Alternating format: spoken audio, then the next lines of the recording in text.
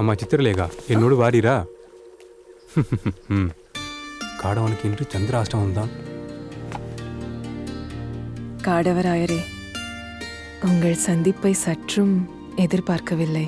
யாரும் இல்லாத பட்சிகள் காதல் செய்யும் இந்த எழில் வனம் அருமையான இடத்தேர்வு. புல்லினங்களுக்கு கடமைகள் இல்லை, ஆகையால் காதல் செய்ய கட்டுப்பாடுகளும் இல்லை.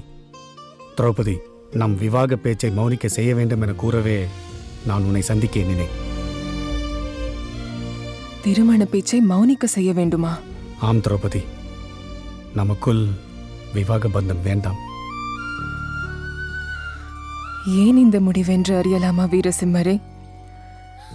என்னை மணக்க உங்களுக்கு என்ன தடை என்பதையாவது கூறுங்கள். கருட படையில் நான் இருக்கிறேன், அது ஒன்று போதாதா? அது உங்கள் பணி, தடை இல்லை.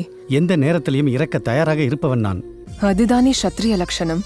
இருக்கலாம், ஆனால் நான் இப்பொழுது கருட படையில் உள்ளேன். பேரரசரை உயிரை கொடுத்து காக்கும் பொறுப்புள்ளது. தவறினால் துர்கையின் முன்பு என் தலையை நானே வெட்டி அரிகண்டம் கொடுத்து உயிர் தோற்க வேண்டும் என்பது தெரியுமா?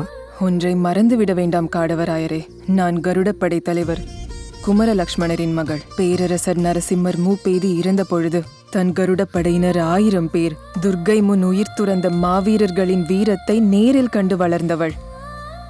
ஒவ்வொரு சத்திரிய குல பெண்களும் இப்படியான மாவீரர்களைத்தான் மணந்து கொள்ள விரும்புவார்கள். ஏனென்றால் இப்படிப்பட்ட மாவீரர்களை பெற்றெடுப்பதே நாங்கள்தான்.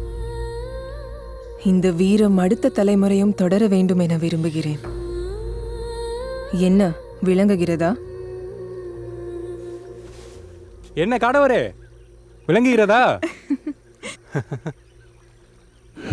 எனில் சம்மதம் கூறுங்கள் காடவராயரே. நிச்சயமாக நான் கருடப்படையில் இருப்பது உனக்கு ஆட்சேபனை இல்லையா?